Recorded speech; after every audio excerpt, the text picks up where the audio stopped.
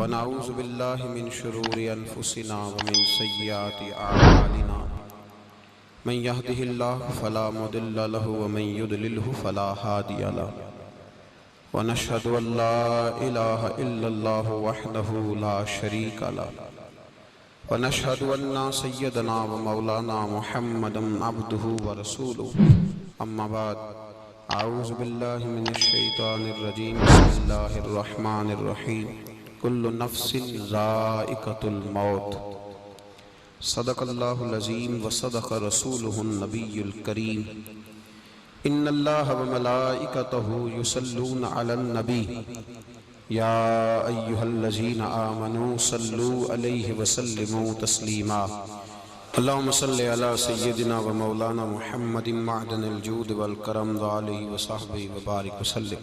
हम्द व सलात के बाद लैलतुल कद्र की खूबसूरत ठंडी और रहमत इलाही से भरपूर ये रात है। अल्लाह तबारक व तआला ने ना बहुत सारे ऐसे मौके रखे हैं जहां हमें हुक्म दिया है कि तुम मुझसे माफ़ी मांगो, मैं तुम्हारे गुनाह माफ़ करूंगा। फरमाया कि जो आदमी फ़र्ज नमाज के बाद अल्लाह से दुआ मांगे, अपने गुनाहों की माफ़ी मांगे, अल्लाह उसे माफ़ फरमा देगा। हुजूर ने फरमाया जो नमाज के बाद 33 बार सुबहान अल्लाह, 33 बार अल्हम्दुलिल्लाह, 34 बार अल्लाहु अकबर पढ़ेगा, उसके गुनाह समुंदर की झाग के बराबर भी हुए तो अल्लाह माफ़ फरमा देगा। नबी पाक सल्लल्लाहु तआला अलैहि वसल्लम ने इरशाद फरमाया जो बंदा जिंदगी में एक दफ़ा भी नमाज तस्बीह पढ़ ले, उसके गुनाह समुंदर के झाग के बराबर भी हुए तो अल्लाह माफ़ फरमा देगा। नबी पाक सल्लल्लाहु अलैहि वसल्लम ने फरमाया मन कामा ईमानन व इहतिसाबन गुफिरा लहू मा तक़द्दम मिन ज़म्बिक, जो रमज़ान मुबारक में एहतिसाब की नीयत से और ईमान के साथ क़याम करेगा, नमाज पढ़ेगा, तरावी पढ़ेगा, इबादत करेगा, अल्लाह उसके गुनाह माफ़ फरमा देगा। हुजूर सल्लल्लाहु तआला अलैहि वसल्लम ने फरमाया जो आदमी हज करने जाएगा, मैदान अरफात में रुकेगा, वो जब वापस लौटेगा तो अल्लाह उसके सारे गुनाह माफ़ फरमा देगा। शब बारात आई तो हुजूर ने फरमाया आके मस्जिद में माफ़ी मांगो, अल्लाह तुम्हारे गुनाहों को माफ़ फरमा देगा। हुजूर ने फरमाया शब कदर आई तो माफ़ी मांगो, अल्लाह तुम्हारे गुनाहों को। ये सारी हदीसें मैंने एक ही दफ़ा सारी सुना दी आपको। सवाल ये है मेरे भाई कि रब तो कह रहा है तू आके माफ़ी मांग, आई कोई नहीं रहा माफ़ी मांगने। सवाल ये था कि या रसूल अल्लाह सल्लल्लाहु अलैहि वसल्लम एक बंदे ने फजर के वक़्त 33 बार सुभान अल्लाह, 33 बार अल्हम्दुलिल्लाह, 34 बार अल्लाहु अकबर पढ़ा है, गुनाह तो माफ़ हो गए सारे, अब जोर के बाद फिर क्यों पढ़े, दोबारा माफ़ी मांगे? अच्छा जोर के वक़्त फिर उसने ये वजीफा किया, गुनाह माफ़ हो गए, बसर के बाद फिर क्या करे, दोबारा पढ़े कि छोड़ दे? बोलिए थोड़ा थोड़ा। क्यों जी, अभी तो उसने जोर के वक़्त गुनाह माफ़ कराए, फिर पढ़े, फिर माफ़ी मांगे, फिर फरमाया कि मगरिब के बाद फिर पढ़, लफ्ज़ है हर नमाज के बाद पढ़। ओ भाई हमारा तो ये दावा हो गया है। अब कहते हैं जी मैंने कोई ऐसा काम ही नहीं किया, रसा पता ही नहीं, कभी किसी के साथ धोखा नहीं किया, फरेब नहीं किया, फ्रॉड नहीं किया, हराम नहीं खाया, पता नहीं सख्ती क्यों आ गई है, पता नहीं सख्ती क्यों आ गई है। ओ भाई अच्छी तरह टटोल के देख ले, कहीं तूने अपने अब्बा जी के साथ ही ना धोखा कर दिया हो, खिदमत ना सही हो तो ये भी तो धोखा है ना, माँ का पूरा हक अदा ना करना भी तो धोखा है, बीवी के हुकूक कमा हक़्क़ुहु अदा ना करना भी तो ज्यादती है, अपने भाई के साथ 1 इंच जगह का जुल्म कर देना ये ज्यादती नहीं। हमारा ये दावा है कि हम परहेजगार लोग हैं, हम नेक लोग हैं, हमें माफी की जरूरत ही नहीं। अल्लाह फरमाता है आके मांग माफी। कितने लोग माफी मांगने आते हैं, परवाह ही नहीं, वो बार बार कहता है तू आजा आजा माफी मांग ले। जोर के वक्त तूने नमाज पढ़ी, इबादत की, असर तक तू फिर भूल गया होगा, खता हो गई होगी, आजा, तू भूल गया है, तू मानता नहीं पर तू भूल गया है। हो गई है तुझसे गलती पर तू मान नहीं रहा, आ जा वापस, आके पढ़ मगरिब की नमाज, मैं तुझे माफ कर दूंगा, आ जा, मैं तुझे बख्श दूंगा। मेरे नबी पाक सल्लल्लाहु अलैहि वसल्लम ने फरमाया जिसने रमजान के रोजे रखे अल्लाह उसके गुनाह बख्श देगा, और जिसने अगले साल फिर रोजे रखे जो बीच में गुनाह हुएंगे अल्लाह ताला वो उनको माफ फरमा देगा। ओ भाई हुजूर बार बार कह रहे हैं तू आ जा, तू आ जा, तू आ जा, और यहां लोग डटे हुए हैं, डटे हुए हैं। और मेरे नबी पाक सल्लल्लाहु अलैहि वसल्लम ने यहां वजाहत नहीं फरमाई कि सिर्फ गुनाहगार आए। नमाजें गुनाहगार पढ़ते हैं, सिर्फ गुनाहगार आदमी खड़ा होता है नमाज, वली अल्लाह नमाजें नहीं पढ़ते, उनसे भी कहा माफी मांगो, माफी मांगो मुझसे। इसलिए कि अल्लाह तबारक व तआला की इबादत के हक तक पहुंचना किसी के बस की बात, बार बार माफी मांगो, आओ बार बार झुको, बार बार कहो ए अल्लाह यहां भी भूल गए होंगे, वहां भी भूल गए होंगे। और हमारे बुजुर्गों ने तो फरमाया जो गुनाह तुम्हें याद है उनकी भी माफी मांगो, और जो तुम्हें याद नहीं मालिक से उनकी भी माफी मांग लो। इसलिए कि क़यामत के दिन एक जुमला भी बाज़-औक़ात ऐसा होगा जिसकी वजह से बंदा उलझ जाएगा। सही बुखारी मुस्लिम में लफ्ज़ हैं, फरमाया हो सकता है तूने एक फिक्रा कह दिया हो, तुझे याद ही ना हो, और रब करीम ने उस एक जुमले की वजह से तेरे लिए जहन्नम का फैसला कर दिया हो। एहसास नहीं। हमने किताबों में पढ़ा है कि जब शब कदर आती थी ना, मगरिब के बाद लोग कांपने लग जाते थे। शब बारात वाले दिन मगरिब के वक्त लोगों पर राशा तारी होता था, हाय क्या बनेगा। लोग माफियां मांगते थे और स्टाइल ये होता था कि दरवाजों पर दस्तक देते थे, जाके दस्तक देते थे, कहते थे यार मेरा कोई अंदाज तुम्हें कहीं बुरा तो नहीं लग गया, कोई बात तो नहीं मेरी तुम तक पहुंची, मुझे माफ कर देना, आज शब कदर की रात है। और फिर मस्जिदों में लोग आते थे तो नेक लोग, परहेजगार लोग, अल्लाह तबारक व तआला के पाक बाज बंदे, जिनके लिए गुमान भी नहीं कि वो कोई कबीरा जुर्म का इर्तिकाब करेंगे और फिर उस पर डटेंगे, वो लोग भी रोया करते थे।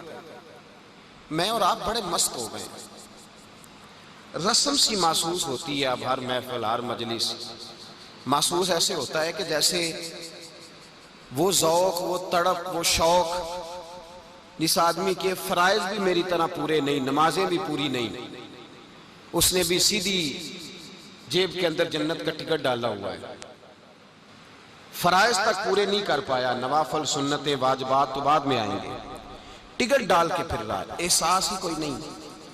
पता नहीं कितने पत्थर और संग दिल हो गए हम लोग कि वो जो अंदर दर्द था ना कि यार वो कहीं एक बात, एक जुमला, कहीं एक लुकमा हराम का, वो कहीं फलां जगह पे कोई बेअदबी, वो लोगों पर बोझ बनते थे, उनके ऐब जुर्म खताएं।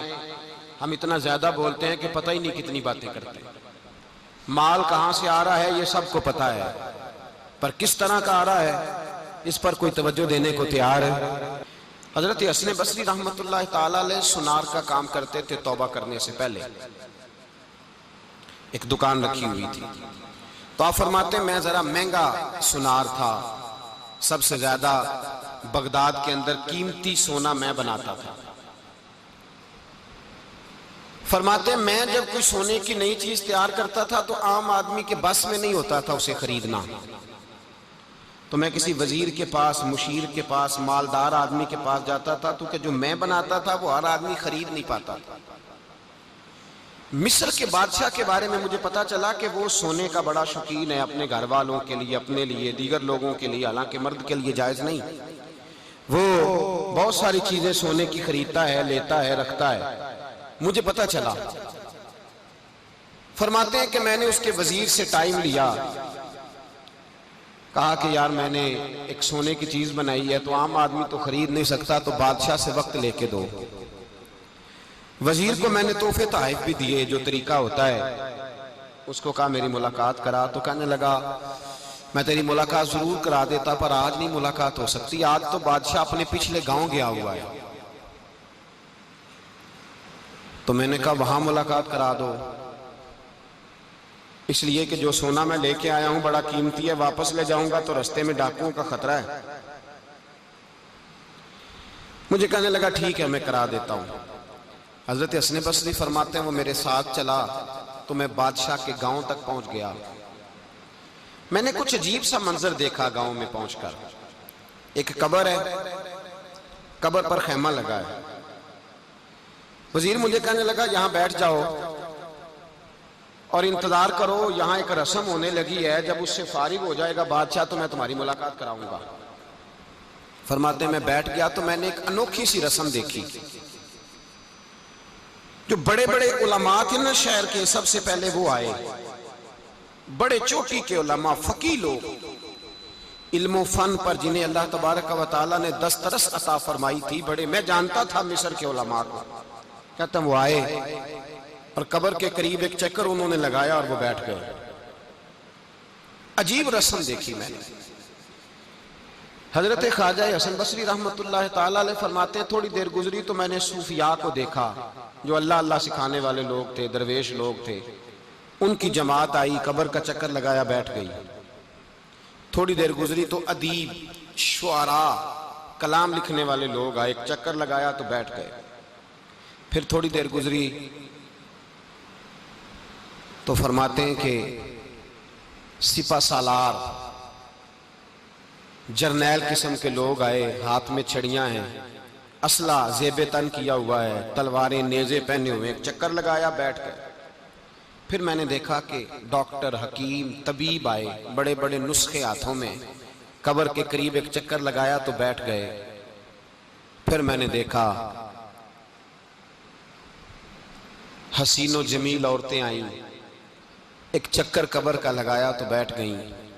ख्वाजा हसन बसरी फरमाते हैं अचानक मेरी नजर चुंधिया गई, मैं तड़प उठा जब मैंने देखा कि बादशाह ने अपने सर से ताज उतारा और अपने हाथ पे रखा। फिर बादशाह कब्र के करीब गया तो चीखे मार के रोया। इस दर्द से रोया कि दो आदमी पकड़ के खेमे में लिटाते हैं। फरमाते हैं मुझे वो, मैं जो कारोबार गया था वो मुझे भूल गया। मैंने वजीर से पूछा कि ये क्या माजरा है, मैंने इस तरह का अंदाज कहीं देखा नहीं, क्या रस्म है? तो वजीर कहने लगा बात दरअसल ये है कि बादशाह पूरे मुल्क का, मिस्र का हुक्मरान है, इसका एक ही बेटा था। दर्जनों दरबारों की हाजिरी और सैकड़ों सूफिया की दुआ और करोड़ों और लाखों लोगों को सदके और खैरात देकर दुआएं करा के बादशाह ने, कभी पूछो उस आदमी से जिसके यहाँ औलाद कोई नहीं, पता नहीं किस मिन्नत के साथ एक बेटा खुदा से लिया। बेटा पढ़ने लगा, तालीम में भी लायक, घुड़सवारी में भी लायक, तलवार में भी लायक, सारे उलूम, फनून, वफाश आरबी, इताअत गुजार भी, सारी खूबियां बच्चे में पैदा हुई। फिर एक दिन बेटा रात की तन्हाई में रोया, अम्मा जी बात सुनना। अब्बा जी दौड़ के आए, कहते हैं बेटा रोया तो बादशाह और उसकी बीवी दौड़े गए। क्या हुआ? कहने लगे पेट में कोई दर्द है, यहां कुछ तकलीफ है। मिस्र से लेकर बगदाद और बगदाद से लेकर पूरे अरब के हकीम आए, समझ नहीं आई किसी को कि बेटे को दर्द कहां है। वो कहते हैं कि जिस तरह किसी जानवर के गले पे छुरी चले तो वो तड़पता है, यूं वो बच्चा तड़पा। और बादशाह और मलका के हाथों में आरज़ुओं का मस्कन कलमा शहादत पढ़ के इंतकाल कर गया। कहते हैं बादशाह ने यहां बेटा ला के दफन किया। साल के बाद बादशाह आता है और कब्र के गिर्द उलमा चक्कर लगाते हैं तो बादशाह कहता है बेटा अगर सारी दुनिया का इल्म लड़ा के तुझे बचाया जा सकता तो मैं तुझे बचा लेता, मैं तुझे बचा लेता। फिर सूफिया आते हैं तो बादशाह कहता बेटा कई दिनों के चिल्ले करा के, वजीफे पढ़ा के तू बच सकता तो मैं तुझे बचा लेता। फिर बादशाह जर्नैलों का एक चक्कर लगवा के कहता बेटे अगर सारी दुनिया की ताकत लड़ा के मैं तुझे बचा सकता तो मैं अपने घर का चिराग कभी बुझने ना देता। फिर बादशाह कहता है बेटे देख सारी दुनिया की हसीन औरतें तेरी कब्र के पास खड़ी हैं, अगर हुस्न सारा जाया करके तू बच सकता तो मैं बचा लेता। फिर आखिर में बादशाह अपने सर से ताज उतार के हाथ में पकड़ता है और कब्र के गिर्द घूम कर रोता है, कहता है बेटा मैं फकीर हो जाता, मैं मांग के रोटी खा लेता, मैं जशाइयां दे देता, बेटे मैं तेरी खातर हुकूमतें छोड़ देता, मैं किसी की मजदूरी करके रोटी खाता, पर मैं तुझे मरने ना देता। फिर वो रोता है और कहता है क्या करूं, कुल्लु नफ्सिन जायकातुल मौत, क्या करूं जो तुझे लेके गया है उसने कानून बनाया है कि हर एक ने मौत का जायका चखना है, उसने कानून बनाया। और जब उसका कानून लागू होता है फिर ना माँ की सिसकियां काम आती हैं, ना बाप की दुआएं, ना इल्म ना फन, फिर कोई चीज काम नहीं आती, फिर जाना पड़ता है, फिर जाना पड़ता है। पलट के देख लो, पलट के देख लो, कुछ लोग थे पिछली 27वीं को, नहीं है मेरे भाई इस साल। पलट के देखो, बाप एक ऐसा रिश्ता होता है जो जिंदा होता है तो लगता है सर पे छत है, और जब वो रुखसत होते हैं तो लगता है छत उतर गई। लोग जी नहीं रहे बगैर बाप के, वक्त गुजर नहीं रहा लोगों का, चले नहीं गए, हम खुद छोड़ के नहीं आए।